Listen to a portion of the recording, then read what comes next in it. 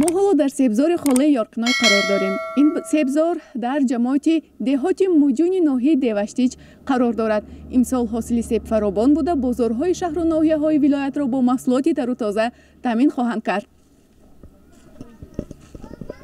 در میدان سبزار این عائله 3 نوع سب می‌روید. یارکنای بابایه و در میدان 10 ساتیق زمین سب پرورش نموده و بازار یک لخ می‌فروشد. از روی گفته او سال گذشته از حساب کم بودن حاصل سب 1 کیلوگرم آن را با ارزشی از 6 تا 7 سامانی فروخته بود. امسال باشد حاصل فراوان و صفتش نیز نسبت سال قبلی خوب است. امسال 1 کیلوگرم سب را تا 3 سامانی می‌فروشند. Bu yil hosil yaxshi. 8 sottiklik bog'imiz bor. O'tgan yilgiga qaraganda bu yil hosil yaxshi. 8 ساتیق باغ دارم. نسبت به سال گذشته حاصل سب فراوان است. حاصل قبلی 1 تانه بود. نوهای سمریکا و سب سرخ پرورش میکنم. Qizil amerikanski, semarinka, dilafruznok, atirnok, atlas olma. Shundaqa navlar bor.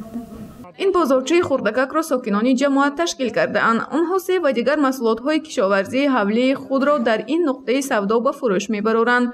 نرخ 1 کیلوگرم سب در این بازارچه از 1 سامان و 50 درم تا 2 سامانی را تشکیل میکند. فروشندگان دهقانان بوده میگویند زمین نزد حولگی خود را ثمرناک استفاده برده نوهای گوناگونی سب را پرورش میکنند.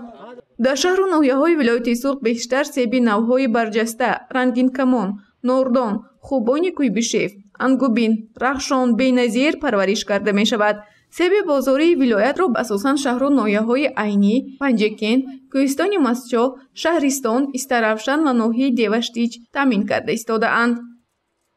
7478 گیتار میدان سبزار موجود بوده. از آن 6160 گیتار میدان‌های حاصل دهنده میباشد.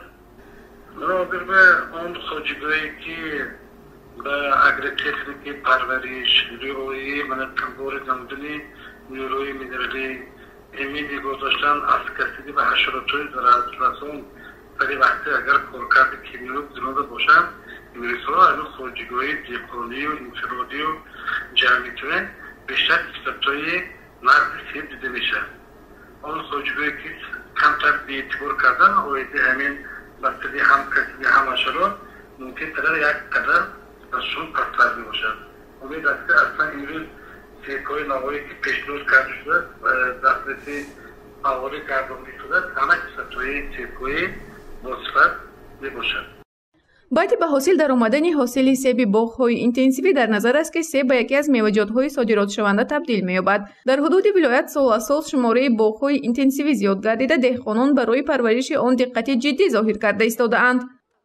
گزارش گل حیا کمالزاده و نعیم ایوبов برای برنامه اطلاعاتی خبر.